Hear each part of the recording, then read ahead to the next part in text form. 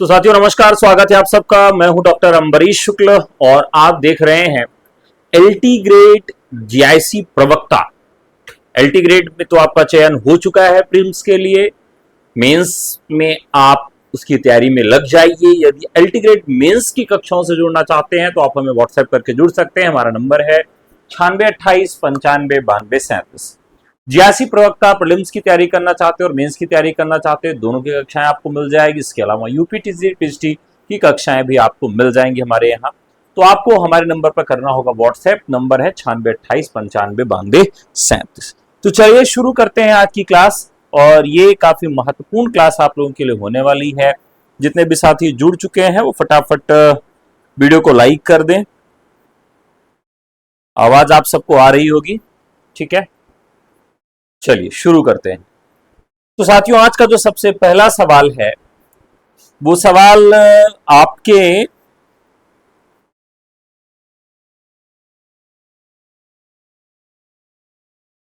आपके व्याकरण से संबंधित है और व्याकरण में भी संस्कृत व्याकरण से संबंधित सवाल है। अब देखिए, संस्कृत व्याकरण में प्रत्यय बहुत ही महत्वपूर्ण भूमिका रखता है, ठीक है। तो यहां पर पूछा है कि कौन सा रूप सत्र प्रत्यय की दृष्टि से अशुद्ध है। सत्र प्रत्यय की दृष्टि से कौन सा रूप अशुद्ध है। यहां क्या पूछा गया है साथियों, तो अशुद्ध पूछा गया है। तो यहां पर बड़ा कंफ्यूजन हो जाता है जब आपसे पूछता है अशुद्ध है या नहीं है। तो इस तरह के सवाल हमेशा कंफ्यूजन क्रिएट कर देते हैं। बहरहाल देखते हैं किसका सही जवाब क्या हो सकता है। आपके ऑप्शंस हैं कुर्वन, कुर्वती, कुर्वंती और कुर्वत, ठीक है। उसके पहले हम देख लेते हैं कि प्रत्यय कितने प्रकार के होते हैं। तो संस्कृत में जो प्रत्यय हैं हिंदी की भांति ही दो तरह से इसको हम देखते हैं। एक तो देखते हैं कृत प्रत्यय और दूसरे को हम जानते हैं तद्धित प्रत्यय के नाम से। किसके नाम से? एक तो इसको हम कृत के नाम से जानते हैं और दूसरा हम जानते हैं तद्धित प्रत्यय के नाम से। जो कृत प्रत्यय होते हैं, ठीक है। अब यहां पर जो प्रत्यय शब्द है यह क्रिया से संबंधित है कृत। तो एक तो यह पूछ लिया जाता है कि कौन सा शब्द कृत प्रत्यय से निर्मित है या कृत प्रत्यय से बना है और कौन सा शब्द है जो तद्धित प्रत्यय से बना हुआ है। तो इस तरह का सवाल बन सकता है। अब देख लेते हैं जो सत्री प्रत्यय है। तो देखिए सत्री और सानच ये दोनों प्रत्यय एक साथ आते हैं। सत्री और सानच प्रत्यय, सत्री और सानच प्रत्यय दोनों एक साथ आते हैं। क्या ऐसी कंडीशन है जब सत्री आता है तो सत्री और सानच प्रत्यय जो होता है इसका जो मतलब होता है वो कितने रूप में चलता है, तो यह भी हम देखेंगे, ठीक है। इसका मतलब क्या होता है कि कोई भी काम यदि लगातार हो रहा है, लगातार कार्य होना इस प्रत्यय का मूल उद्देश्य है। अगर कोई काम कंटिन्यूअस हो रहा है, लगातार हो रहा है, तो उसको हम किस में रखते हैं? सत्र के अंतर्गत रखते हैं, ठीक है। अब जो प्रत्यय होता है उसमें हमें एक चीज हमेशा ध्यान रखनी होगी कि इसमें शेष क्या बचता है। अगर हम ये जान जाएं कि किस प्रत्यय में क्या शेष बचता है तो सारी समस्या समाप्त हो जाए। जैसे हमारा सत्र प्रत्यय है तो यह हमें जान लेना है कि सत्री में क्या शेष बचता है, और हमारा जो सानच प्रत्यय है सानच प्रत्यय में क्या शेष बचता है। जब हम किसी शब्द के साथ इसको जोड़ते हैं तो हमारा क्या शेष बचता है, यही हमको देखना होगा। तो देखते हैं। तो सत्र में सत और सानच में आन बचता है। तो सत्र में क्या बचता है? शत बचता है और सानच में क्या बचता है? आन बचता है। बस यही हमारा, इतना ही हमको याद रखना है। यदि हम इतना याद रखते हैं कि किस प्रत्यय से क्या चीजें हमारी बच जाती हैं, तो और हमको संस्कृत में बहुत कुछ याद करने की जरूरत नहीं है। ठीक है। और ये जो इसका रूप चलता है वह 3 लिंग में चलता है, यानी तीनों लिंग जो है, तीनों लिंगों में इसका रूप चलता है और 7 विभक्तियों में इसका रूप चलता है। और किसके लिए प्रयोग में लाया जाता है? कोई काम अगर लगातार हो रहा है तो उसके अर्थ में इसे हम लाते हैं। अब इसको और आसानी से समझें, अगर ट्रिकी वे में समझना चाहें तो हम इसे ये समझेंगे कि अगर कोई शब्द है, मान लीजिए हमारा एक शब्द है पठ, पठ शब्द है, और पठ शब्द का जो पुल्लिंग शब्द होगा वो होगा पठन। क्या होगा? पठन होगा। स्त्रीलिंग शब्द क्या होगा? पठंती होगा। क्या हो जाएगा? पठंती हो जाएगा। और नपुंसक लिंग शब्द क्या हो जाएगा? पठत हो जाएगा। ठीक है। तो इस तरीके से 3 लिंगों में इसका रूप चलता है। और मुख्यतः सवाल हमसे जो पूछा जाता है यही पूछा जाता है। तो जैसे पठन है, पठन, पठंती, पठत। ठीक है। तो इसी तरीके से कुर्वन, कुर्वती, कुर्वत हो जाएगा। क्या हो जाएगा? कुर्वन, कुर्वन,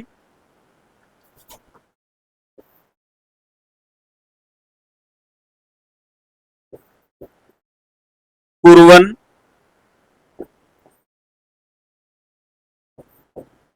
कुर्वती।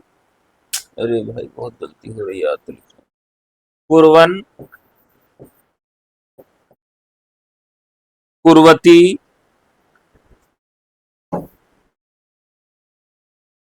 कुर्वती और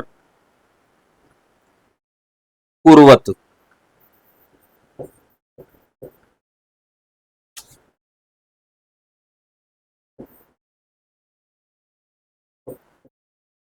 ठीक है।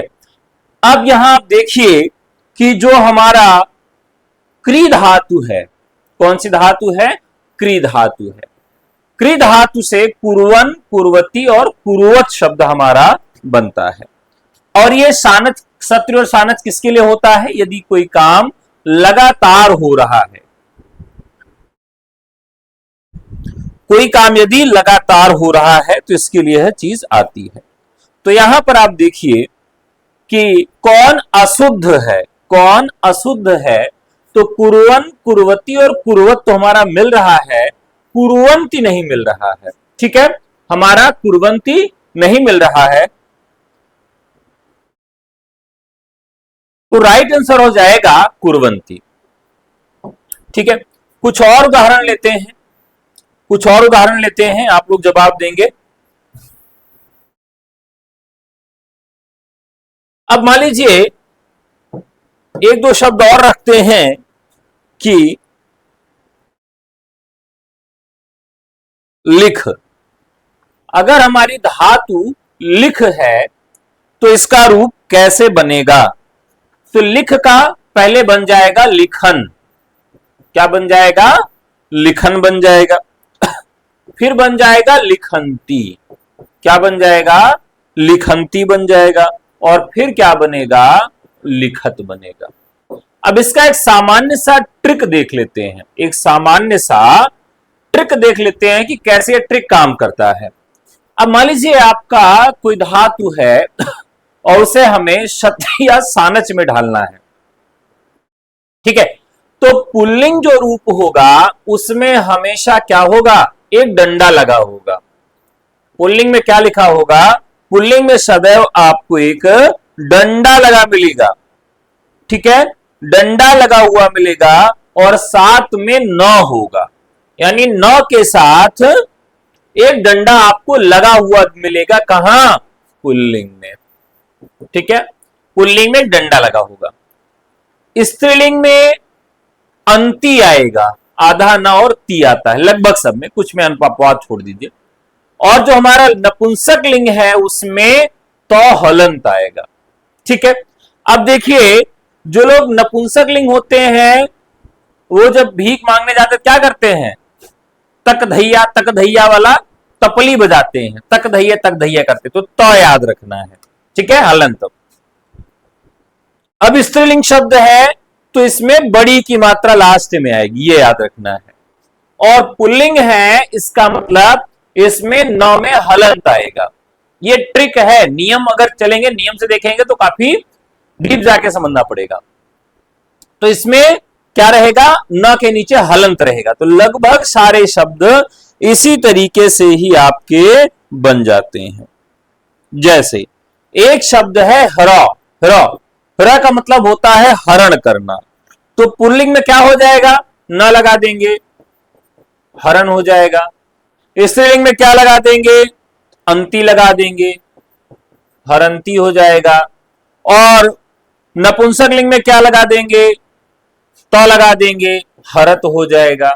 तो बस वही हो गया, हरन, हरंती, हरत हो जाएगा। ठीक है, तो इस तरीके से हम चाहें तो कुछ और उदाहरण हम देख सकते हैं। अब मान लीजिए हम सानच शब्दों की कुछ सूची देखें। ये तो सत्री शब्द हो गया, सत्री का जो रूप है इस तरीके से चलता है। सानच का जो अर्थ होता है, अर्थ समान ही रहता, लेकिन इसका रूप कैसे चलता है। जैसे हमने एक शब्द लिया क्री, क्री शब्द लिया, तो क्री शब्द का क्या हो जाएगा, कुर्वाणः, कुर्वाणा, कुर्वाणम, कुर्वाणम, ये हमारा रूप चलेगा इसका। क्री का अगर हम सानच से रूप चलाएंगे तो, और शत्र से चलाएंगे तो हमने अभी आपको बता ही दिया। ठीक है, क्री में अगर सानच वाला रूप देखेंगे तो ये कैसे चलेगा, कुर्वाण, कुर्वाणा, कुर्वाणम चलेगा। अब इसे भी समझ लेते हैं कि कैसे इसका रूप चलता है।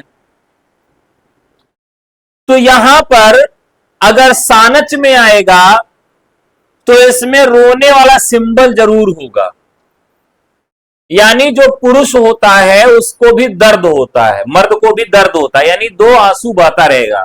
कुर्वाणः, अणा आ रहा है। और स्त्रीलिंग जो शब्द है उसमें बड़ा की मात्रा लगा दी जाती, स्त्रीलिंग हो जाता है। तो यही अपने दिमाग में रखना, जैसे राम शब्द में बड़ा की मात्रा लगाओगे तो रामा हो जाता है, वैसे कुर्वाण का क्या हो जाएगा, कुर्वाणा हो जाएगा, स्त्रीलिंग हो जाएगा। और नपुंसक लिंग जो होता है उसमें क्या लगा देंगे, म हलंत लगा देंगे, कुर्वाणम। तो इस तरीके से इसका रूप चलेगा। अब चलिए लभ शब्द का इसी तरह से बनाते हैं। लभ शब्द का तो हम सबसे पहले क्या करेंगे, अब अड़ा और न भी हो सकता है, अड़ा और न भी हो सकता है अगर आप नियम पढ़े री रसा वाला। तो यहां पर लभ, लभ मानः, विसर्ग आ जाएगा, लभ मानः। लभ मानः के बाद दूसरा अगर देखें तो स्त्रीलिंग में बड़ा की मात्रा लगा देंगे, क्या हो जाएगा, लभ माना हो जाएगा। स्त्रीलिंग के बाद अगर नपुंसक लिंग में चलेंगे तो मां हलंत लगा देंगे, क्या हो जाएगा, लभ मानम हो जाएगा। क्या हो जाएगा, लभ मानम हो जाएगा। बहुत आसान है, बस हमें क्या करना है कि एक बार अपने माइंड में इसको सेट करना है और बहुत सारे उदाहरण सॉल्व कर लेने हैं। तो क्री का क्या हो जाएगा, कुर्वाणः, कुर्वाणा, कुर्वाणम। और लभ का क्या हो जाएगा, लभमानः, लभमाना और लभमानम। ठीक है, बहुत आसान है, कोई दिक्कत नहीं होगी। चलिए एक और ले लेते हैं, कथ शब्द ले लेते हैं। क्या ले लेते हैं, कथ। अब कथ का जो पुल्लिंग हो जाएगा वो क्या होगा, कथयमाणः। क्या हो जाएगा, कथयमाणः। अब स्त्रीलिंग में क्या हो जाएगा, बड़ा की मात्रा, कथयमाणा। और स्त्रीलिंग नपुंसक लिंग क्या हो जाएगा, म लगा देंगे, कथया, कथयमाणम, कथयमाणम, कथयमाणम हो गया। ये हमारे क्या हो गया, नपुंसक लिंग हो गया। तो सत्रिय और सानच जो है दोनों किसमें आते हैं, हमेशा लगातार कार्य होने की स्थिति में इनका प्रयोग किया जाता है। ठीक है, चलिए, समझ में आ गया सबको। अगला सवाल लेते हैं। संधि कहां आवश्यक नहीं मानी जाती? संधि कहां आवश्यक नहीं मानी जाती? सवाल अगर आप सबको अच्छे लग रहे हो तो लाइक करिएगा। संधि कहां आवश्यक नहीं मानी जाती है? चलिए साथियों, एक बार सब लोग लाइक कर दीजिए। लाइक इतने कम क्यों है भाई? जितने लोग देख रहे हो फटाफट लाइक करें।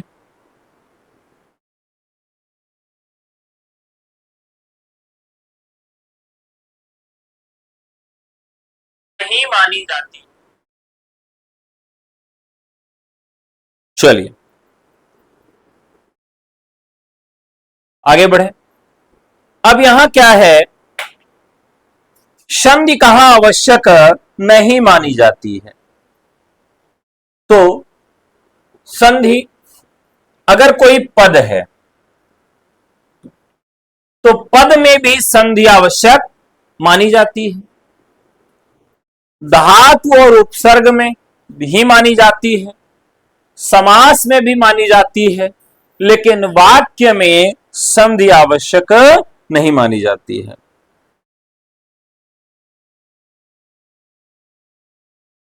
एक इसके लिए श्लोक है। संहितैक पदे नित्या नित्या धातुपसर्गयोः नित्या समासे वाक्ये तु सा विपिक्षामपेक्षते। एक सूत्र ही है और उसी सूत्र के आधार पर ही यह सवाल बनता है। उसी सूत्र के आधार पर यह सवाल बनता है। तो सूत्र क्या है? सूत्र कहता है संहितैक पदे नित्या नित्या धातुपसर्गयोः नित्या समासे वाक्ये तु सा विविक्षामपेक्षते। एक पद के भिन्न भिन्न अवयवों में धातु और उपसर्ग के बीच मध्य में तथा समास में संधि अवश्य होनी चाहिए, पर वाक्य में संधि करना न करना विपक्षा की अपेक्षा रहती है। अर्थात यह वक्ता के स्वविवेक पर निर्भर करता है, उसके इंटरेस्ट पर निर्भर करता है, उसकी रुचि पर निर्भर करता है। यानी वाक्य जो होगा यहां पर राइट आंसर हो जाएगा। जब कोई व्यक्ति बोलता है तो बोलते समय एक पद में, धातु उपसर्ग में, समास में करता है, लेकिन वाक्य में अनिवार्य नहीं होता। तो राइट आंसर हो जाएगा डी। शिवेहि में संधि विच्छेद क्या होगा? शिवेहि में संधि विच्छेद क्या होगा?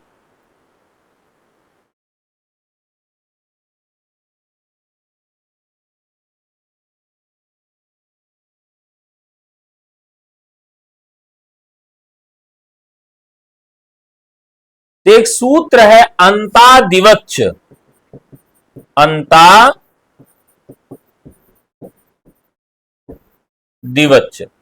एक सूत्र है। सूत्र क्या है? अंतादिवच्च सूत्र है।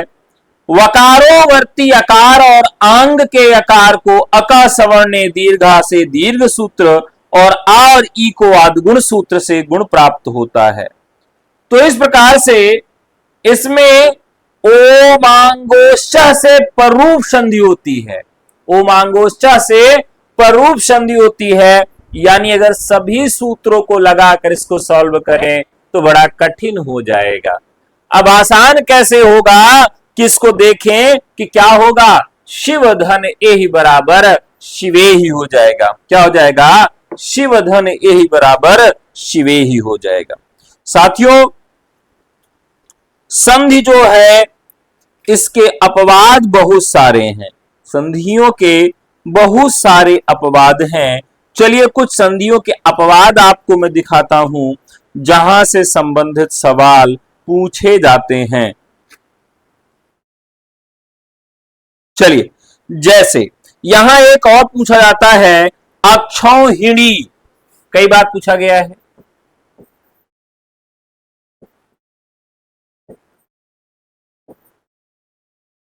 यहां शब्द मिला आपको अक्षौहिणी। अक्षौहिणी क्या है? सेना का प्रकार है।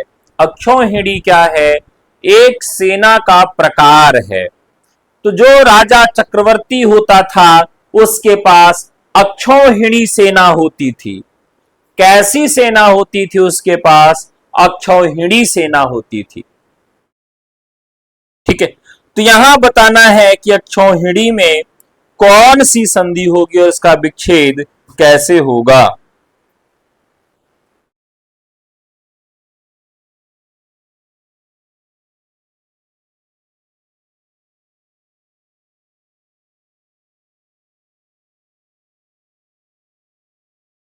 अब देखिए,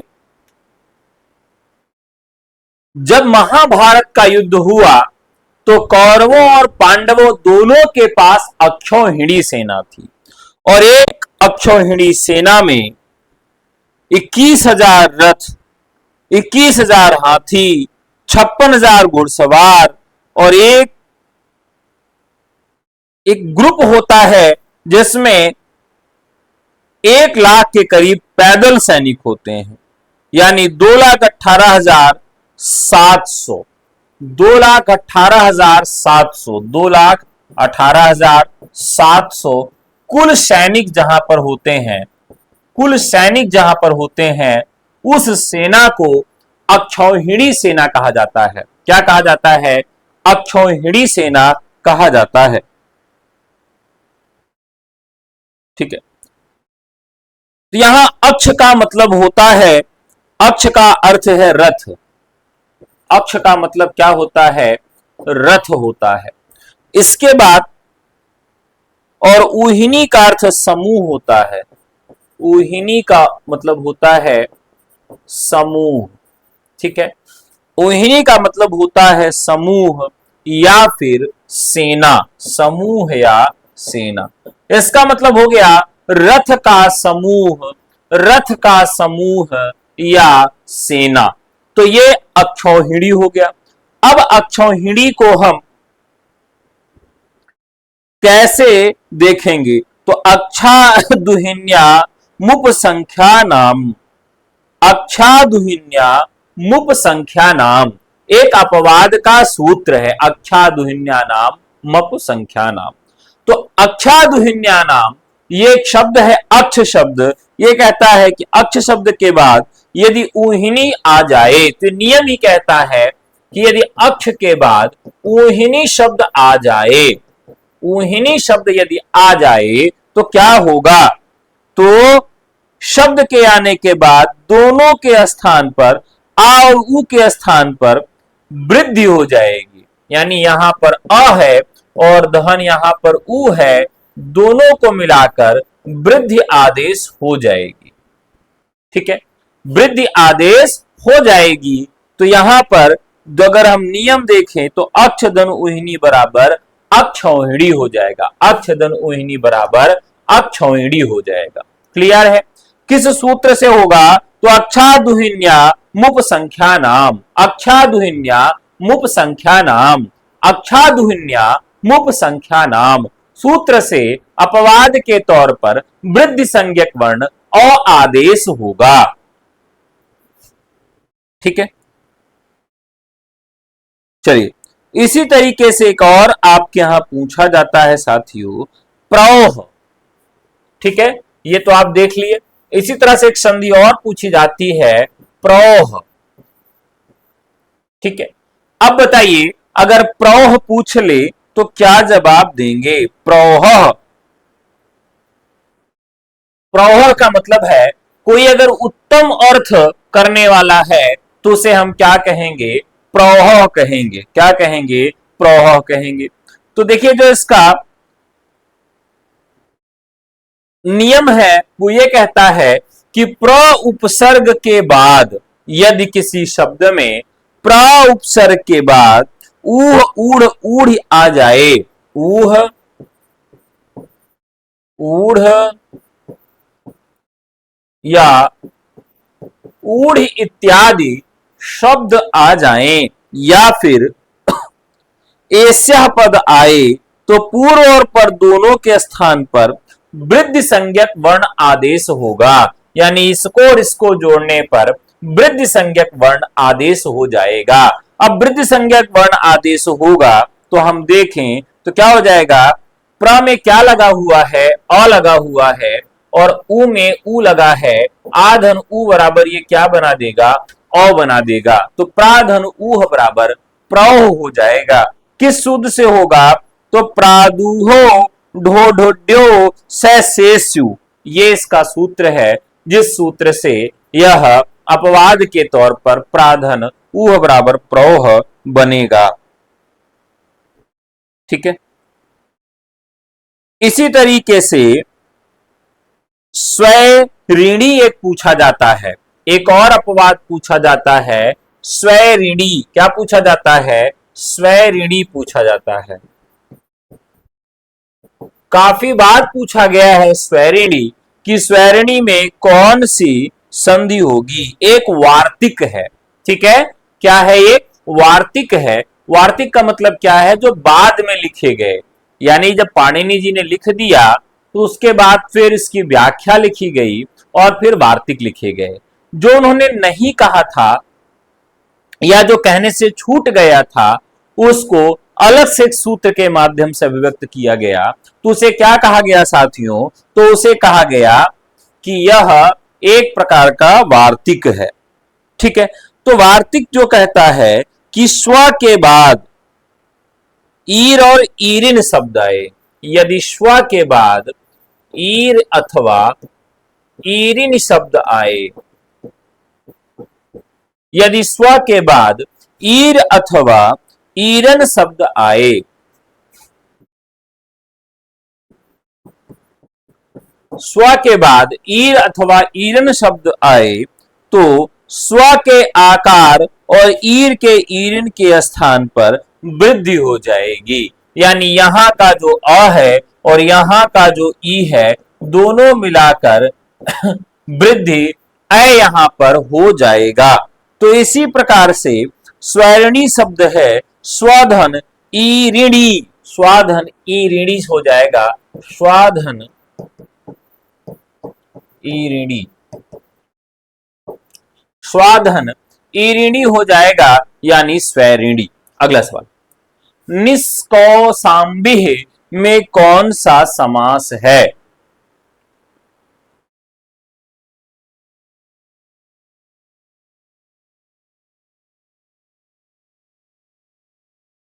चलिए देखिए, यह सवाल बहुत ही डीप पूछा है, बहुत डीप सवाल है ये।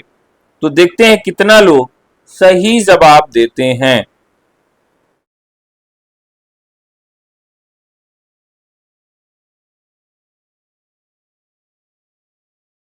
कितने लोग देखते हैं सही जवाब देते हैं।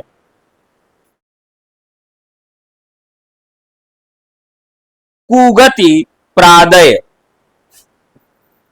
कुगति प्रादय एक सूत्र है साथियों। अब जो ट्रेंड है, स्वयं पूछा गया था, हाँ, जो अब ट्रेंड है पेपर का, उसमें अपवाद के ही सवाल पूछे जा रहे हैं। आप एलटी का देख लीजिए, 2021 टीजीटी पीजीटी को देख लीजिए। जो ट्रेंड है, इस ट्रेंड में अपवाद के सवाल अधिक पूछे जा रहे हैं। तो हमारी तैयारी भी अपवाद के सवालों पर होनी चाहिए। अब मान लीजिए कोई गति सूचक शब्द आ जाए, कैसा शब्द आ जाए, गति सूचक शब्द आ जाए, और उस गति सूचक शब्द के बाद उरी, उररी इत्यादि शब्द आ जाएं, उरी, उररी इत्यादि शब्द यदि आ जाएं, विशिष्ट अव्ययों के साथ सुबंत और कृदंत शब्दों के साथ यह समास हो जाता है।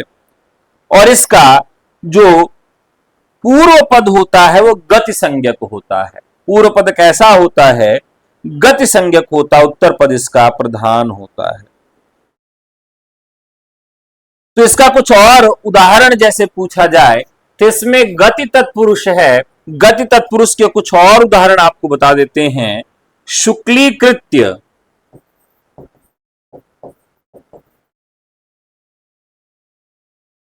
शुक्लीकृत्य पटपटाकृत्य पटपटा कृत्य उररीकृत्य अलंकृत्य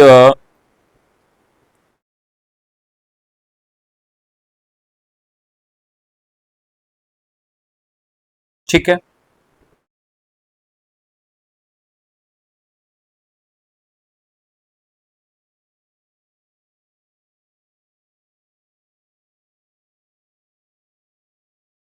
चलिए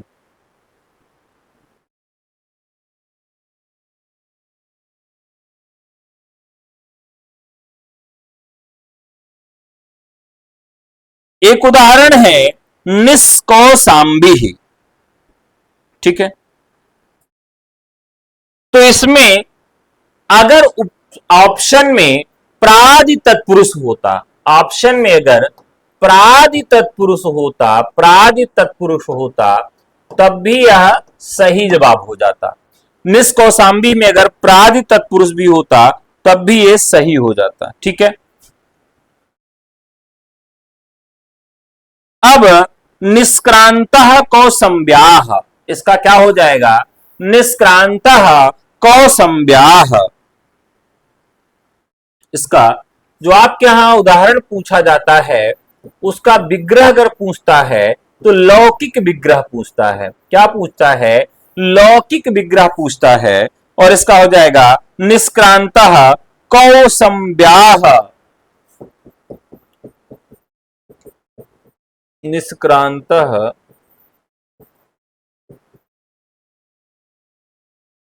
निष्क्रांतः कौसंब्याः, इसका मतलब होगा वह व्यक्ति जो कौशाम्बी नगरी से बाहर निकल गया हो। वह व्यक्ति जो कौशाम्बी नगरी से बाहर निकल गया हो।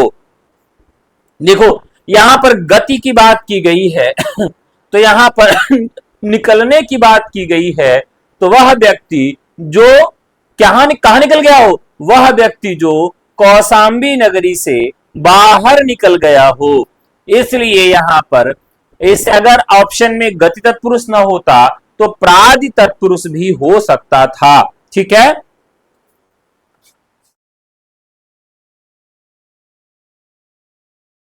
चलिए और उदाहरण लेते हैं। अद धातोः लोट लकारे उत्तम पुरुष बहुवचन रूपम भवति। यहां एक शब्द दिया गया है अद धातु। तो अद धातु का लोट लकार उत्तम पुरुष रूप क्या होगा?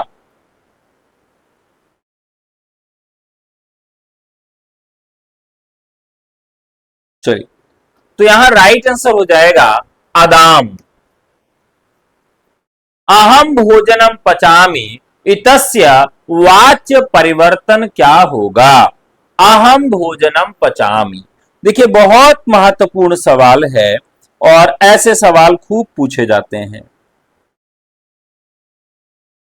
तो कभी भी अगर आपसे इस तरह का सवाल पूछे तो सबसे आसान होता है क्या? वाच्य परिवर्तन करना। वाच्य परिवर्तन का कुछ ट्रिक बता देता हूं आपको, वही ट्रिक लागू कर लीजिए, कभी सवाल गलत आपसे नहीं होगा, ठीक है।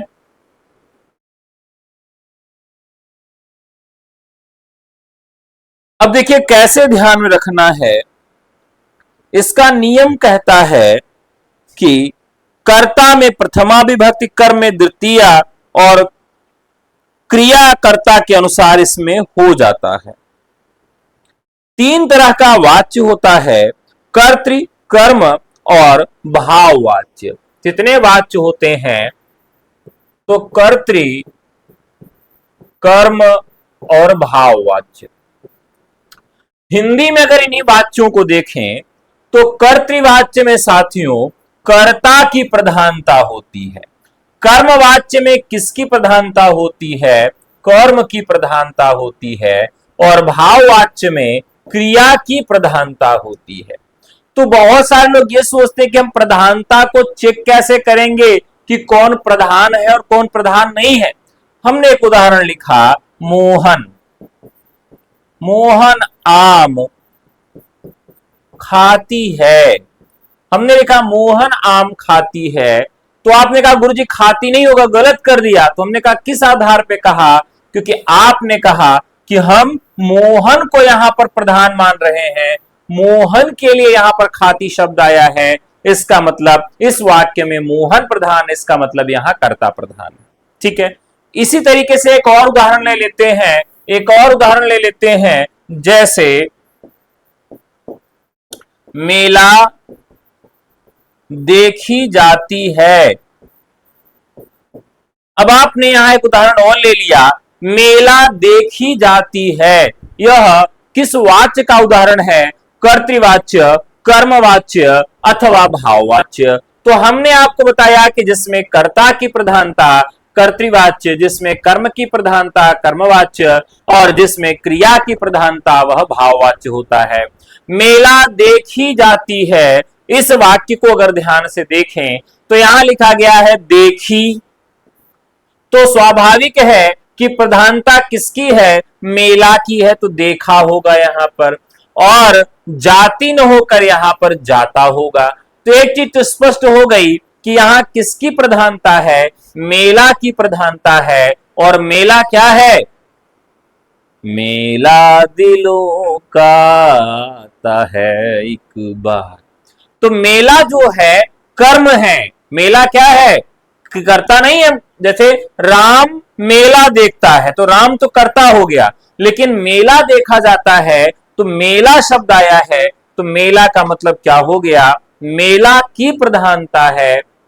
ठीक है, तो यहां पर कर्तृवाच्य आपका नहीं होगा। लेकिन अगर इसी में क्रिया की प्रधानता हो जाए तो फिर यह भाववाच्य हो जाएगा। क्या हो जाएगा, भाववाच्य। तो हिंदी का हो गया। अब अगर संस्कृत में हम चलें साथियों, तो संस्कृत में बस एक ही काम करना है। अगर कभी भी आपसे यह उदाहरण पूछे जाएं तो हमें सबसे पहले क्या करना है कि अगर देखें कि यह प्रथमा में है तो उसे हमें तृतीया में परिवर्तित कर देना है और इसे इसमें यते जोड़ देना है। बस इतना ही छोटा सा काम करना है। क्या करना है, अगर कर्ता हमारा प्रथमा में है तो उसको तृतीया में बदल देना है और जो हमारी क्रिया है उसमें यते शब्द जोड़ देना है। बस मतलब बेहद आसान है परिवर्तन करना। चलिए देखते हैं। तो अहम का क्या हो जाएगा, अहम आवाम वयम, यहां मया हो जाएगा। भोजन का भोजनम ही रहेगा, उसमें कोई परिवर्तन नहीं होगा। और यहां क्या होगा, पचामी है, इसमें यते जोड़ देंगे, हो जाएगा पच्यते, पच्येते, पच्यन्ते। इस तरीके से इसका रूप चलता है। चलिए, अब तो ये आपने सीख लिया। एक और उदाहरण देते हैं और चेक करते हैं कि आप वाच्य परिवर्तन करना सीख गए कि नहीं सीख गए। साथियों, बस आप देख रहे हैं कि आपने 30 सेकंड में वाच्य परिवर्तन करना सीखा है। अब यहां देखते हैं कि कर पा रहे कि नहीं। सह ग्रामम गच्छति, एक उदाहरण लिखते हैं, सह ग्रामम गच्छति। बहुत ही आसान सा उदाहरण है। तो देखते हैं कितने लोग इसको सही कर पाते हैं।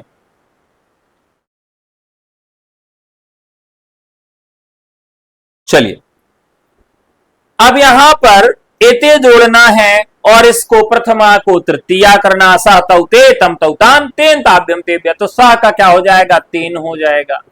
ग्राम शब्द है, क्या है, ग्राम शब्द है, तो क्या हो जाएगा, सह ग्रामः, क्या हो जाएगा। अब यहां इसमें हम क्या जोड़ेंगे, एते जोड़ेंगे, तो क्या हो जाएगा, गम धातु होती है, तो गम क्या हो जाएगा, गम्यते हो जाएगा। क्या हो जाएगा, गम्यते हो जाएगा। ठीक है, और उदाहरण लेते हैं।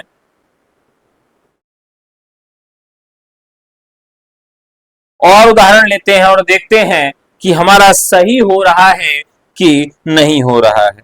जैसे अहम पुस्तकम पठामि, हमने लिखा अहम पुस्तकम पठामि। अब इसको आप पूरा भले टाइप करके नहीं लिख पाए, लेकिन मन में तुरंत आप क्या करिए, इसका वाच्य परिवर्तन करिए। तो हमने क्या बताया, प्रथमा है, तृतीया कर देंगे तो अहम का क्या हो जाएगा, अहम आवाम वयम हो जाएगा मया। अहम का क्या हो जाएगा, मया हो जाएगा।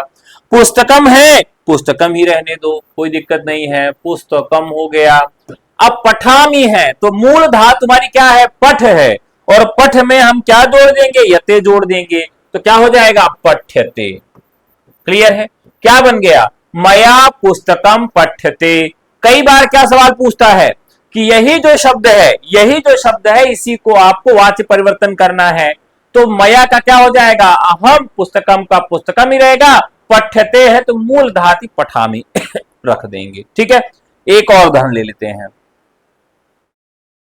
चलिए अगला सवाल लेते हैं, बहुत उदाहरण हो गए। कौन सा वाक्य शुद्ध है, कौन सा वाक्य शुद्ध है। तो कौन सा वाक्य शुद्ध है, तो रजकाय वस्त्रम ददाति, रजकम वस्त्रम, रजके वस्त्रम ददाति। किसको, मतलब यहां पर किसी को वस्त्र दिया जा रहा है, तो रजकस्य वस्त्रम ददाति, ये आपका राइट हो जाएगा। उत्तिष्ठत जागृत प्राप्य वारिण्य बोधत किस उपनिषद से लिया गया सवाल है। चलिए, अब अगर इस सवाल का जवाब अगर कोई दे देगा तो भैया उसको रसगुल्ला खिलाएंगे। साथियों एक चीज आपको बता दें, एक चीज आपको बता दें कि आपके यहां कुछ सवाल ऐसे पूछे जाएंगे जो बिल्कुल आउट ऑफ सिलेबस होंगे, यानी पूरे चैप्टर से नहीं आएंगे, और उन सवालों की संख्या ज्यादा नहीं होगी, अधिकतम 2 से 3 सवाल होंगे। जैसे ये सवाल आपसे पूछा जा सकता है कि भैया ये जो पंक्ति है, उत्तिष्ठत जागृत प्राप्य वारण बोधत, उठो जागो, ये किस उपनिषद से ली गई है, तो ये तो काफी महत्वपूर्ण सवाल है। तो यहां पर राइट आंसर हो जाएगा जो नचिकेता वाला, यमो नचिकेता वाला जो पाठ हिंदी में है, आत्मजयी जो रचना है, किस पर लिखी गई थी, कठोपनिषद पे लिखी गई थी। तो यह भी कहां से लिया गया है, कठोपनिषद से लिया गया है। तो तृतीय वल्ली का ये 14वां मंत्र है, कहां से लिया गया है, ये तृतीय वल्ली के 14वां मंत्र से यह लिया गया है। तो इस तरह से जो बहुत ही कूट मंत्र हैं, उनसे पूछा जाता है कि ये कहां से लिए गए हैं। उठो जागो और श्रेष्ठ पुरुषों के समीप जाकर ज्ञान प्राप्त करो। उठो जागो और श्रेष्ठ पुरुषों के पास जाकर ज्ञान प्राप्त करो। अगला सवाल, हिंदी शब्दकोश में ज्ञान शब्द कहां मिलेगा, ज्ञान शब्द कहां मिलेगा। देखिए, जो वर्णमाला होती, वर्णमाला में पूर्ण अक्षर के बाद आधा अक्षर आएगा कि आधा अक्षर के बाद पूर्ण अक्षर आएगा, बस यही आपको ध्यान में रखना है। तो ज्ञान शब्द है, तो ज्ञान में किससे किससे ज्ञान बनता है, तो ज धन इया से बनता है ज्ञा, ज धन इया से बनता है ज्ञा। तो कहां मिलेगा, खा वर्ण वाले शब्दों के बाद, रा वर्ण वाले शब्दों के बाद, छ वर्ण वाले शब्दों के बाद। तो यहां पर ये जो मिलेगा, छ के बाद मिलेगा ज, छ के बाद क्या मिलेगा, ज मिलेगा, यानी राइट आंसर हो जाएगा सी। निम्नलिखित में कौन सी बात गलत है, ध सघोष महाप्राण दंत्य है, ब सघोष ओष्ठ महाप्राण है, च अघोष तालव्य अल्प प्राण है, ख कंठ और महाप्राण अघोष है। प्रतिदिन एक सवाल आप लोगों के लिए मैं छोड़ता हूं, और यह सवाल भी छोड़ रहा हूं क्योंकि आसान सवाल है, और यह भी जानता हूं कि कोई भी वीडियो खत्म होने के बाद कमेंट बॉक्स में जवाब नहीं देगा, फिर भी मैं कह देता हूं कि दे देना तो अच्छा, ये नहीं दोगे तो हम क्या ही कर सकेंगे। चलिए अगला सवाल, उच्चारण की दृष्टि से ग व्यंजन का सही रूप क्या होगा। उच्चारण की दृष्टि से ग व्यंजन का सही रूप क्या होगा, बताइए। तो ग क्या हो जाएगा, अकूह विसर्जनीय नाम कंठ, यानी कंठ हो जाएगा। इस स्पर्श भी है, और पहला वर्ण क्या होता है, अल्प प्राण होता है ना। तो क अल्प प्राण, ख महाप्राण, ग अल्प प्राण, तो कंठ है, स्पर्श है और अल्प प्राण है। कंठ, स्पर्श और अल्प प्राण है। अब यह बताना है कि ग सघोष है या फिर अघोष है, ग सघोष है या फिर अघोष है, यही अगर आप बता दें तो इसका निर्णय हो जाएगा।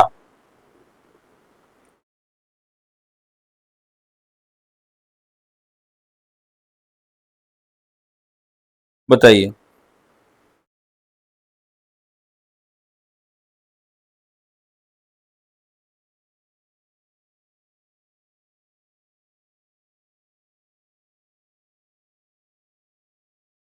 तो घोष वर्ण में तीसरा, चौथा, पांचवा वर्ण आता है, तीसरा, पांचवा, और ये आपका राइट आंसर हो जाएगा।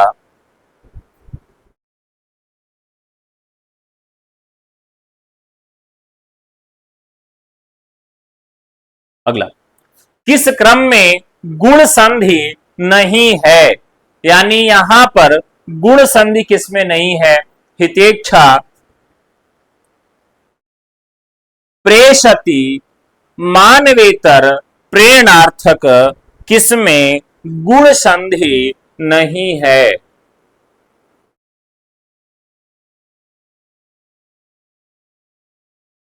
किसमें गुण संधि नहीं है, बताएं।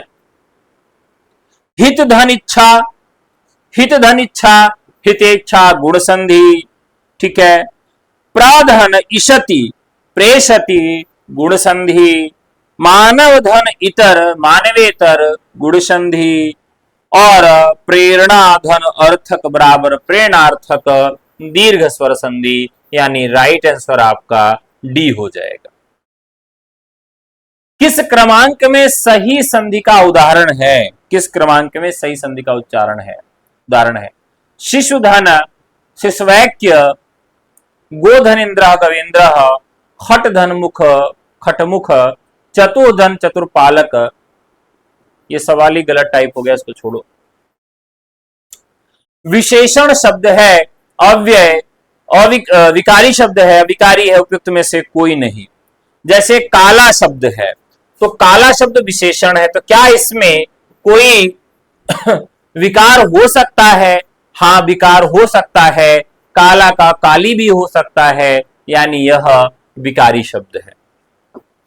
इनमें से किस विकल्प में सभी शब्द तत्सम नहीं है, इनमें से किस क्रम में सभी शब्द तत्सम नहीं है। पूर्व, नृत्य, पंक्ति, पुष्कर, भक्त, भ्रमर, मात्र, मेघ, मुष्टिका, भल्लुक, रस्सी और रिक्त।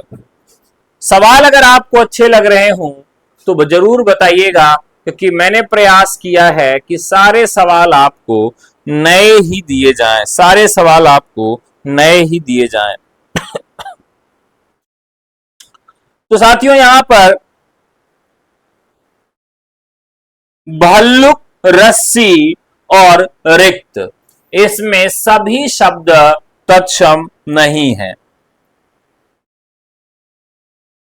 क्योंकि रस्सी का क्या होता है, रज्जु होता है, तो यहां पर डी ऑप्शन। जबरदस्ती शब्द है, जबरदस्ती शब्द है, तत्सम, देशज, तद्भव या विदेशज। चलिए फटाफट बताइए, जबरदस्ती शब्द है, किस प्रकार का शब्द है जबरदस्ती, यह बताएं। तो यहां साथियों अगर देखें तो जबरदस्ती यह शब्द जो है फारसी भाषा का है, अर्थात यह विदेशी शब्द है। वाग्दत्ता में कौन सा समास है, वाग्दत्ता में कौन सा समास है, काफी महत्वपूर्ण सवाल है। वाग्दत्ता में कौन, मतलब जिसको बात दे दी गई है, यानी इसमें आपका तत्पुरुष समाप्त समस्त पद इसका वाग्दत्ता होगा। बाद वाला पद इसमें होता है, ठीक है। अगला, किस क्रम में सही समास विग्रह नहीं हुआ है? नीली है जो गाय नील गाय, बैलों से खींची जाने वाली गाड़ी बैलगाड़ी, क्रोध रूपी अग्नि क्रोधाग्नि, नौ है जिसमें विधियां नौ विधि। ये भी काफी नजदीकी मामले वाला सवाल है, बहुत ही बढ़िया सवाल है। चलिए फटाफट बताइएगा। तो नीली है जो गाय नील गाय, बैलों से खींची जाने वाली गाड़ी बैलगाड़ी, क्रोध रूपी अग्नि क्रोधाग्नि, नौ है जिसमें विधियां। नवविधि जो है इसमें क्या है साथियों, यह द्विगु समास का उदाहरण है। नौ विधियों का समूह यहां पर होगा। क्या होगा? नौ विधियों का समूह होगा। यह बहुत ही मतलब नजदीकी मामले वाला सवाल था ना। तो नौ है जिसमें विधियां, राइट आंसर हो जाएगा नौ विधियां। इनमें से किस विकल्प के सभी शब्दों में उपसर्ग तथा प्रत्यय का प्रयोग दोनों हुआ है? इस तरह का सवाल बहुत पूछा जाता है कि किसमें दोनों का प्रयोग हुआ है, उपसर्ग का भी और प्रत्यय का भी। अप्रत्याशित, करणीय, परिपूर्णता, अधार्मिक। तो यहां पर साथियों जो ऑप्शन है,